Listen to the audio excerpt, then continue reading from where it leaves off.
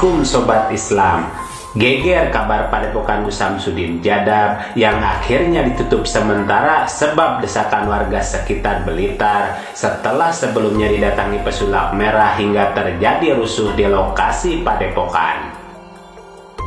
Kabar yang makin meluas tersebar hingga pihak Gus Samsudin menolak penutupan sebab alasan bahwa Padepokan sudah memiliki izin resmi untuk beroperasi. Sementara terkait hal Gus Samsudin dan pesulap merah tersebut, inilah pakar hukum pidana Bang Benny dari Yayasan Elang Maut Indonesia yang biasa memberi edukasi bantuan hukum kepada siapa saja melalui kanal YouTube miliknya. Menurutnya terkait penutupan Padepokan Nurjat Sejati asuhan Gus Samsudin tersebut, kita jangan pernah berpikir, jangan mencari-cari kesalahan. Misalnya ada seorang pesulap dan trik, kita jangan mencari-cari kesalahan pesulap tersebut, tapi kita nikmati dan anggap saja itu pertunjukan. Seperti halnya kita menonton film dan ketika ada adegan yang aneh-aneh, menyeramkan atau mengejutkan, kita tidak mencari kesalahan film tersebut. Bahkan kita rela membayar menikmati adegan tersebut dan anggap saja itu pertunjukan. Tapi ingat, kalau pertunjukan itu tadi niatnya untuk membodohi atau menipu, ini bisa menjadi masalah. Selengkapnya, mari kita bongkar dengan menyimak videonya sampai selesai agar tidak salah paham.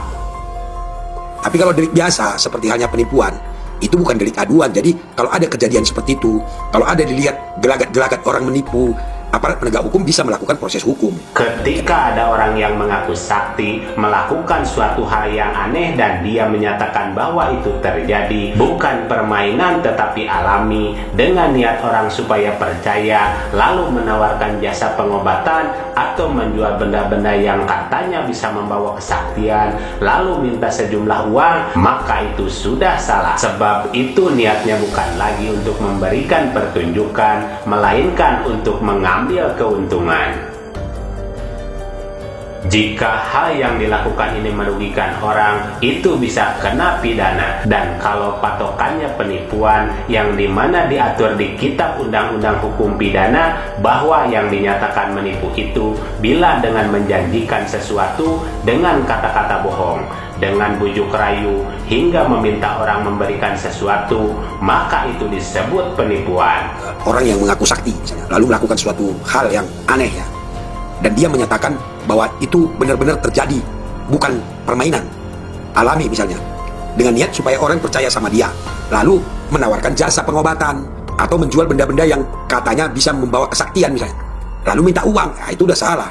Misalnya barang ini ajaib bisa menyembuhkan penyakit dan kalau dipakai penyakitmu akan hilang, lalu dia minta uang karena percaya dengan bujuk rayunya tadi, percaya dengan cerita-cerita tadi, hingga si pasien membeli dan ternyata benda itu tidak seperti yang dikatakannya, tidak mengandung apa-apa dan tidak ada manfaatnya, maka itulah yang disebut penipuan, kata Bang Ben.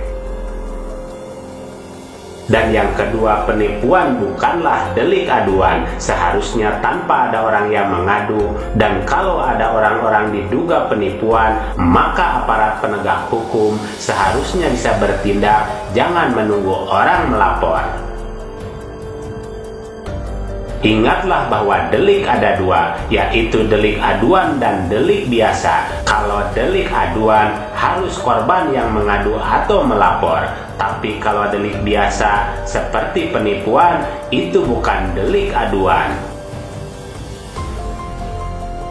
Jadi kalau ada kejadian seperti itu dan ada gelagat-gelagat orang menipu, maka aparat penegak hukum bisa melakukan proses hukum. Lanjut Bang Ben.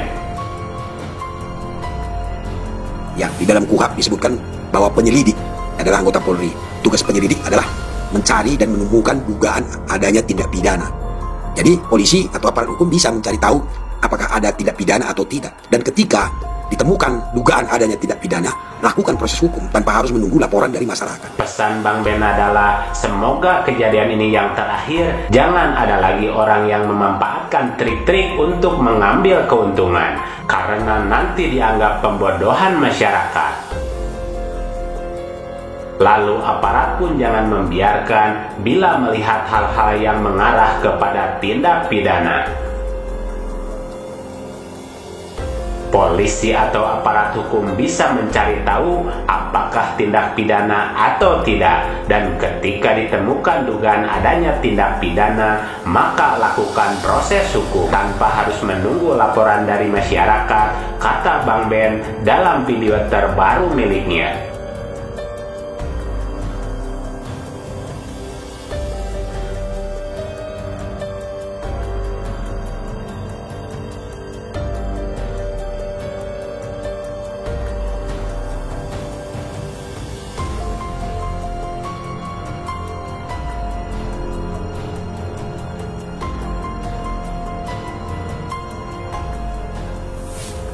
Mari kita bijak dan cerdas serta selalu mengambil yang baik dan meninggalkan yang kurang baik terkait berita dalam video ini maupun yang lainnya. Dan kita ambil saja hikmah kebaikan serta bisa melaksanakan sisi siar yang beliau sampaikan. Demikian ulasan kami, semoga ada manfaatnya. Mohon maaf atas segala kesalahan dan kehilapan. Wassalamualaikum warahmatullahi wabarakatuh.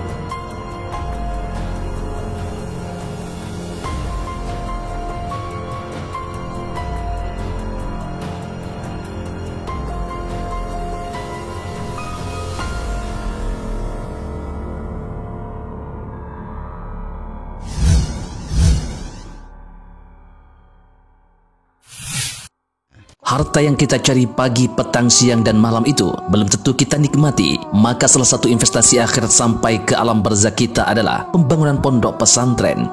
Di antaranya yang terpercaya, pembangunan pondok pesantren Gunung Panda Malang. Rekening wakafnya BRI 1174 01 00554 560 atas nama Pondok Pesantren Gunung Panda. Jangan lupa kontak konfirmasinya 0822 2847 0705. Berkah rezekinya, anaknya anak soleh soleha menjadi penghafal Al-Quran, dan negeri ini menjadi beldatun thayyibatun wa rabbun ghafur. Pahala terus mengalir meski umur kita telah berakhir.